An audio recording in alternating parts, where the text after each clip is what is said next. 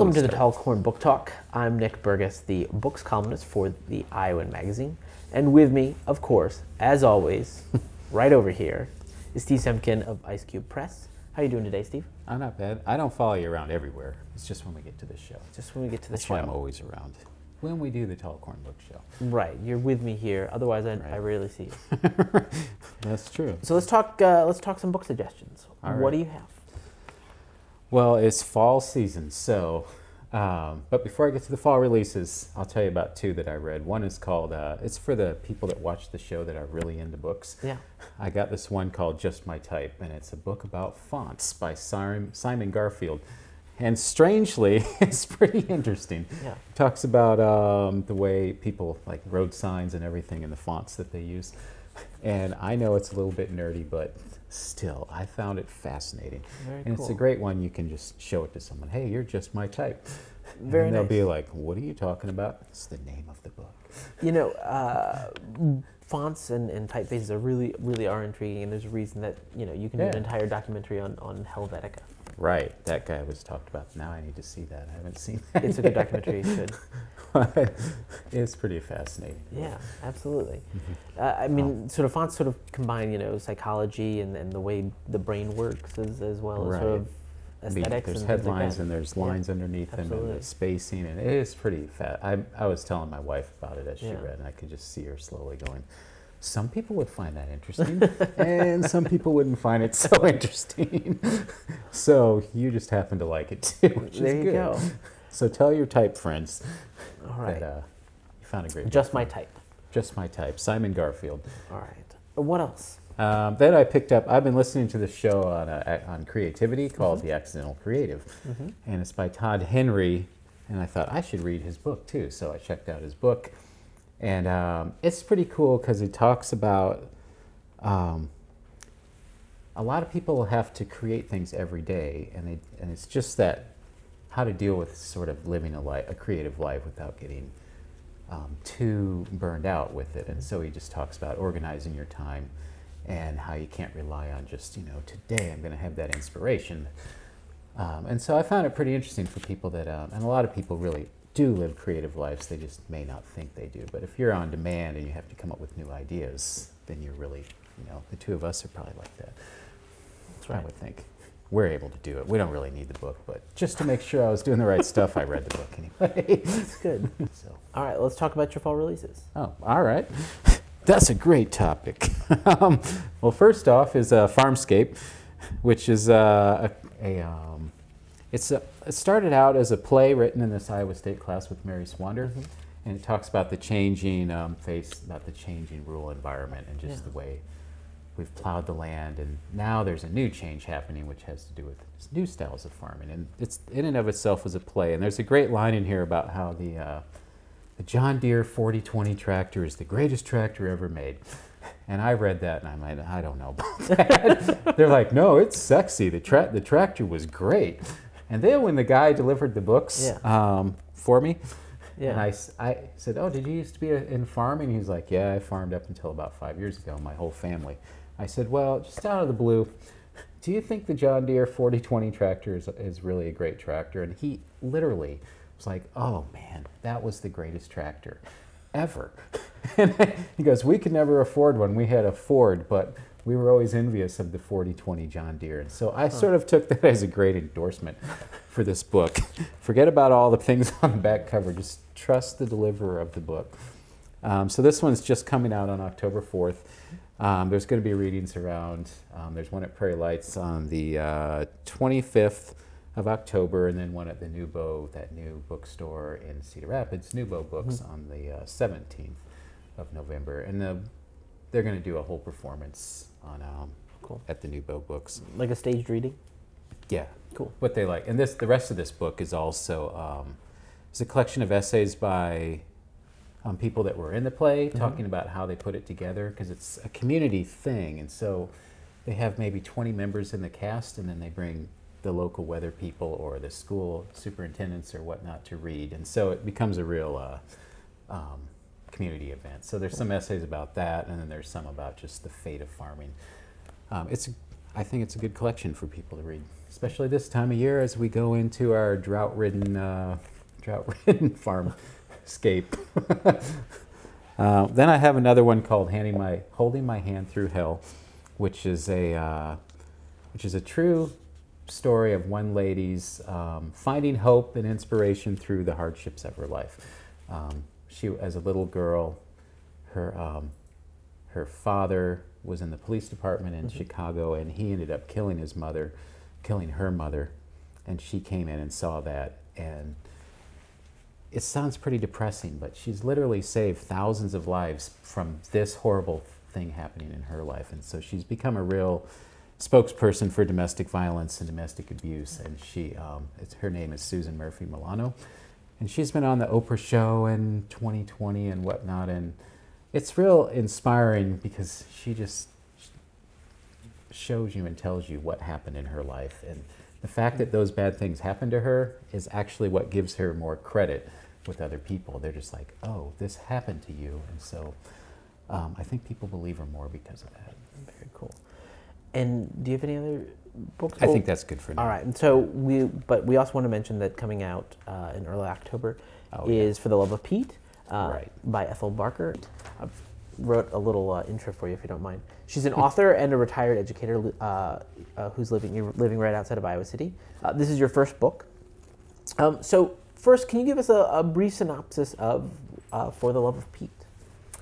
Well, it begins in the Lower East Side of New York City in 1880 with three young children, two sisters. One is 7, one is 14, and they have just witnessed the murder of their mother, and they ran away from their tenement apartment, and now they're living on the street, and they make friends with Pete, our hero, and Pete buys food for them. They become great friends.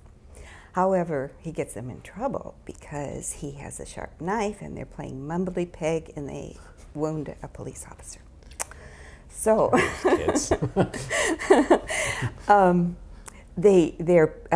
Pete goes to jail. Terrible. The Tombs is a terrible prison, and the girls go to an orphanage, and eventually Pete winds up in the orphanage as well.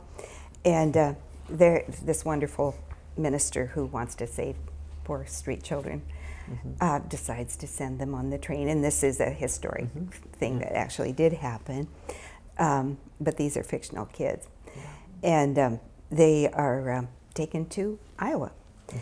Children are let off all the stops all the way, but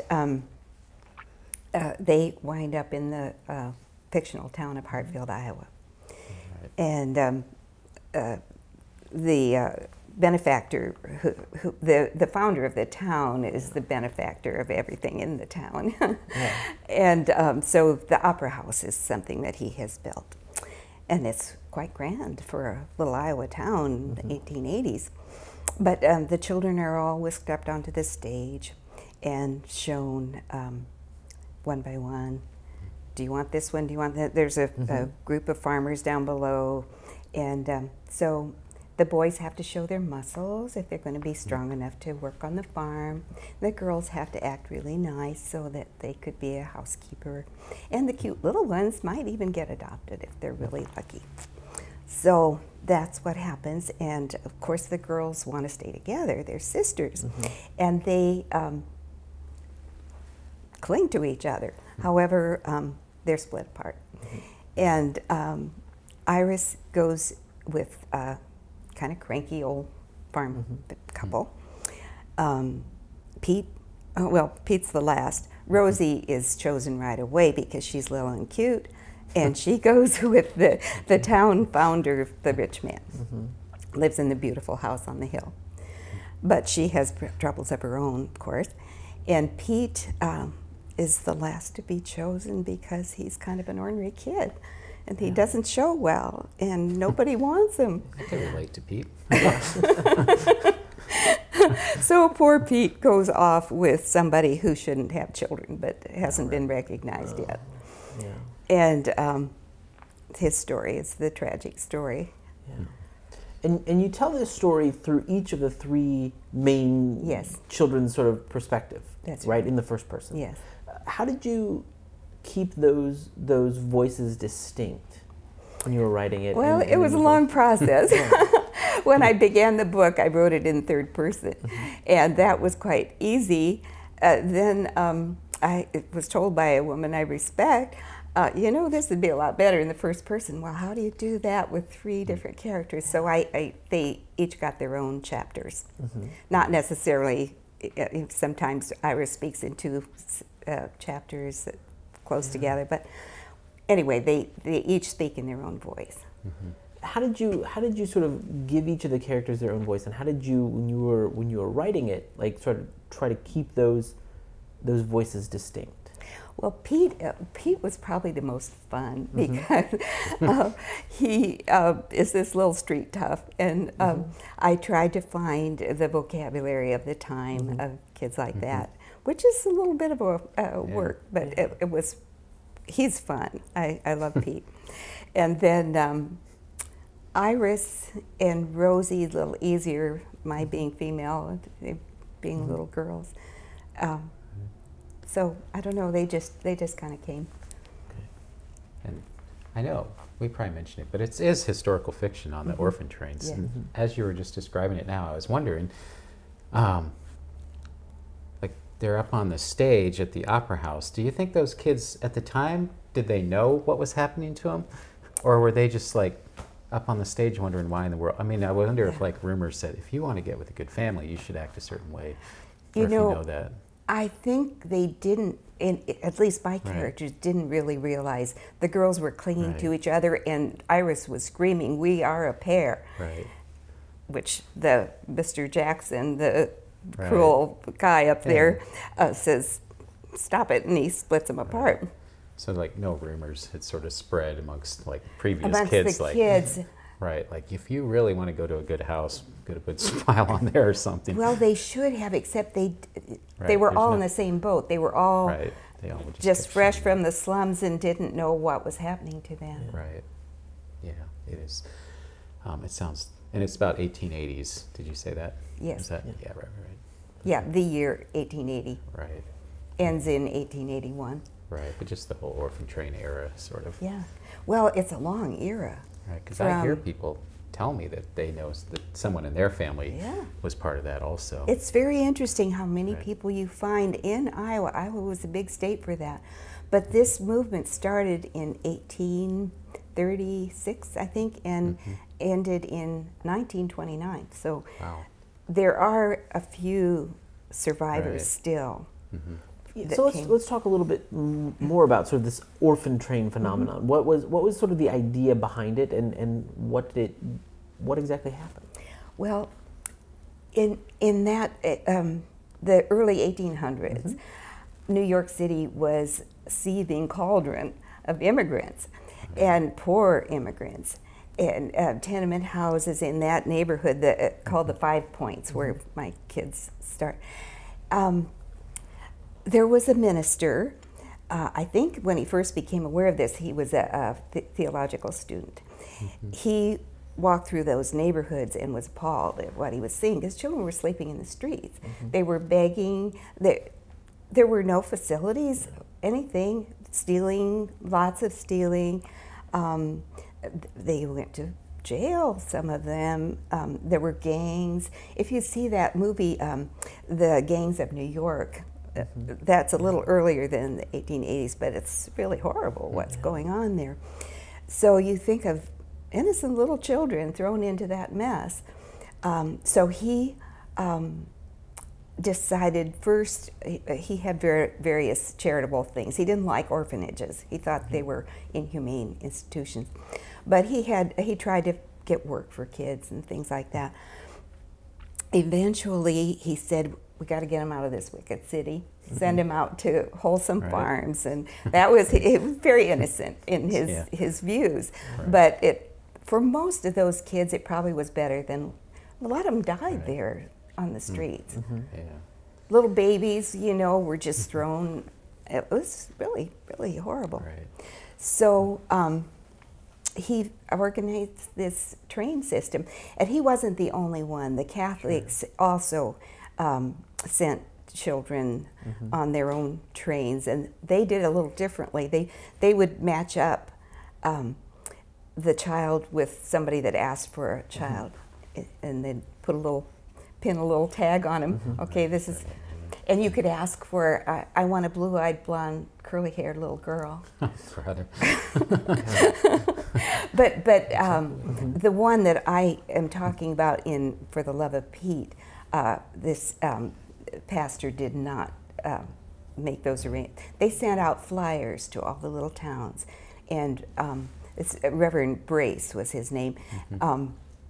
You look at the flyer, and a big crowd of people come to whatever local building, the opera house or the church or wherever, and just as what I describe in For the Love of Pete, then the children are parceled out. Yeah. That's that's a really interesting setting, sort of, for this story. And this book is obviously geared towards young adult readers. Yes. Historical fiction seems sort of a hard sell for some kids. How does your background as an educator sort of influence you to write a historical fiction book for young adults? Well, very long, but when I taught remedial reading, Title I reading, and the secret to get children to read, I mean, most children can learn to read, but they want to read. You want something that's interesting, that really, really gets them excited. And I'm excited about these characters, so I hope the kids will be too. When I was teaching, boys that like sports, I tried to find about sports. They like animals. I spent a lot of time finding things, but hopefully, I think if they are at all interested in children and the perils that they have faced, they will like the book. Yeah, I think historical fiction is actually pretty perfect in some ways. I mean, I know that kids that I've met, I have a couple things to say. We'll use up all our time if I'm not careful. But I think some of them enjoy it because, like, I know the boy with the striped pajamas, I think. Oh, I love that. And there's another one. It's a terrible Up to the book. Stars, or I can't think of it. It's a Holocaust book, but kids love it because they read it and they think. The cool thing about historical fiction is that you've got a real event, but you're able to fictionalize it, and so then they're learning about something that really happened, and that is a strong.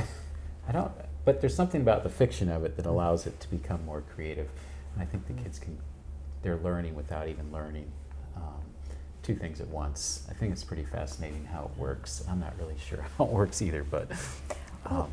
I think rather than giving a kid a history book, Yeah. and that they don't want to read that, Right. but they read about kids that are just like them, who've Right. suffered through this. Oh, they want to Right, read because that. the cool thing about fiction is being able to live out a character's emotions, and then if you have the history of it, then you can research it and figure out how that would have felt then. I think the kids can, I think historical fiction is best if there's a problem, though. I mean, so I think that's what inspires the kids to want to read it. It's like making it over the border, or hiding out, or finding your sister, or stuff like that. I mean, I think that's the historical part about it, because I know when I watch a movie that it's based on a true story, for some reason I'm more involved in it, even though I know it's probably not literally true. For one thing, the actors probably look better than the characters did. Well, yeah, it's hard to present history without personalizing it. Yeah, And fiction but can I think do that's that. the good part, right? It's a really good point. So, this is your first book. How long have you been sort of working towards this first book? People ask me that, and I can't remember when I started writing it.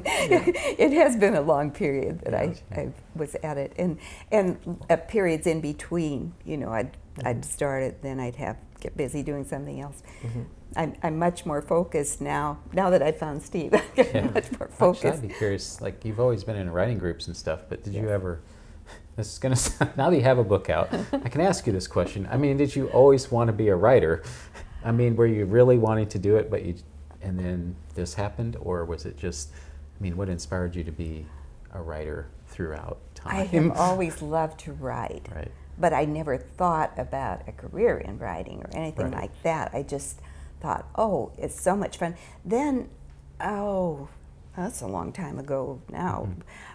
But as an adult, I did send a few things out and got rejections right away. And I thought, oh, I'm not doing that. Well, Then I met Steve. Right. I didn't reject anything? So tell me how you met Steve. Oh. I met him 2 years ago in July at the Summer Writing Festival, or what do you call it? Iowa City Book Fest. Iowa City Book Festival. And he was giving a talk with some magazine publishers as well about how to get published in Iowa. And at the time, Steve was not, and I don't think he is now, accepting submissions. Oh, I am. I'm not taking submissions. You're right. I wasn't then, and I'm not now. So, for the record. So I figured, this is going to be really hard. So I asked him if he'd read. I asked him if he'd read 5 pages, and he wasn't real sure, but I sent him 5 pages. And he, the next time I met him at Prairie Lights book reading, he said he'd like to see my manuscript. And that was quite wonderful. Yeah. See, authors, that's how it works. Yeah. Just bug me.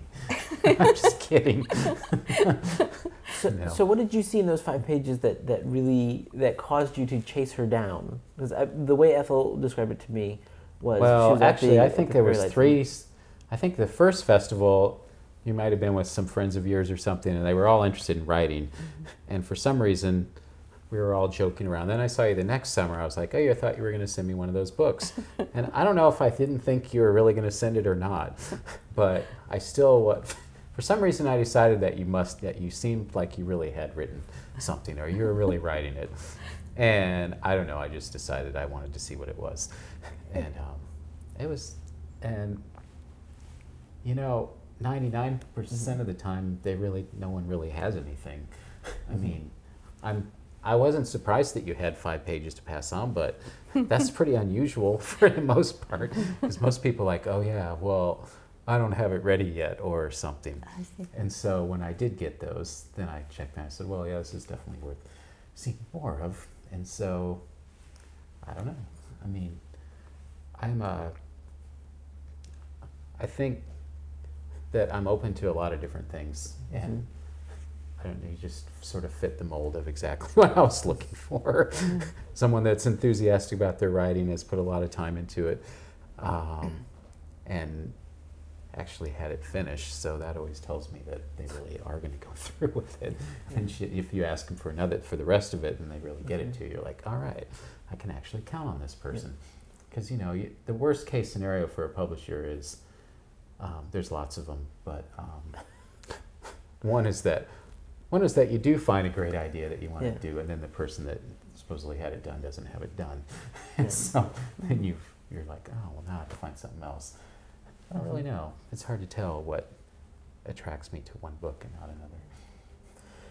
So when you had this whole manuscript done, yes, essentially before you met Steve, what pushed you to write this whole manuscript? Was it you writing for you, and it just happened that it got published, or was it something else? Well, I've gone to a lot of writing classes and belong to writing groups, and that pushes you. The writing groups are wonderful. There's one here in Iowa City that I go to, the University Club writing group, and we meet twice a month. You got to bring something, or you feel very foolish. So I read a lot of the book to those ladies, and they gave me wonderful hints of, hey, this isn't the way it is on a farm, and that type of thing. The things that I don't know very much about farm life.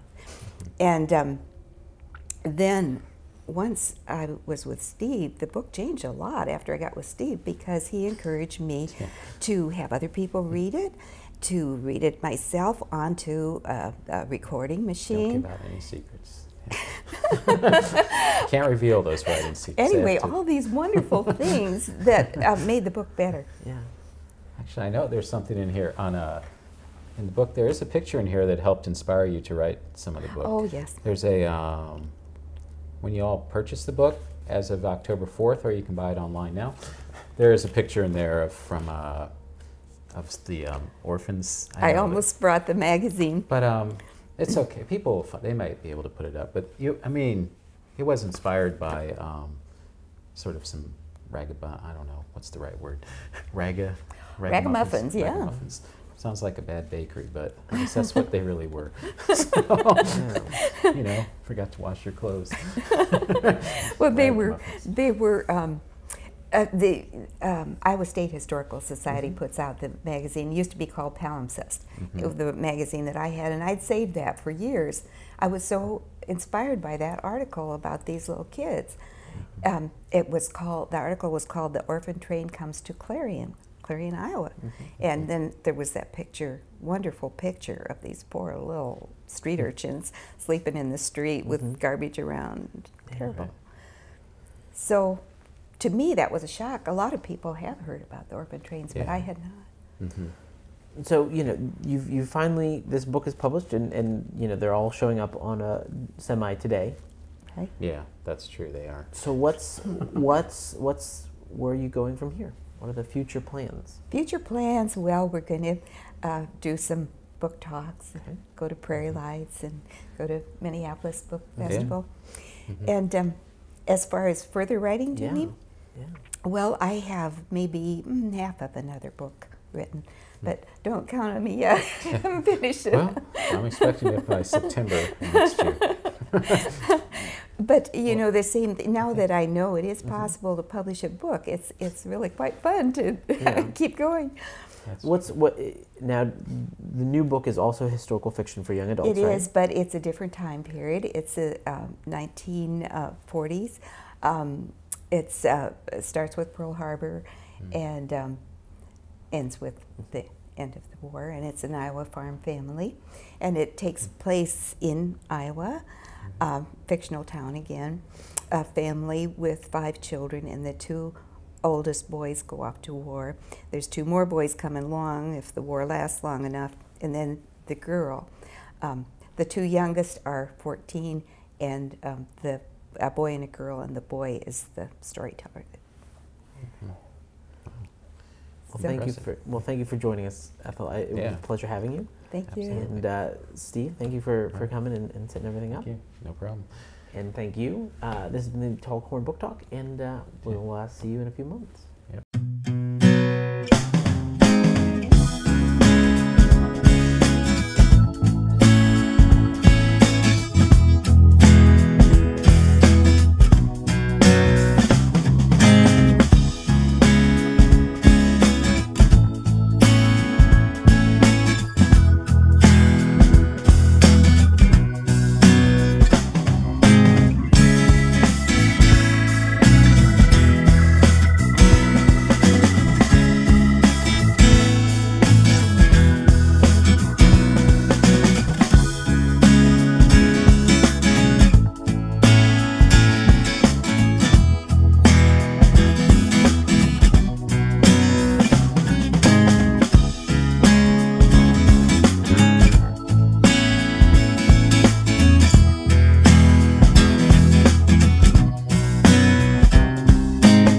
Welcome to the Tall Corn Book Talk. We should call it the Drought Corn Show this time. Welcome to the Stumpy Corn Book The Talk. Stumpy, low harvested corn show. Welcome to the Bad Yield Corn Talk.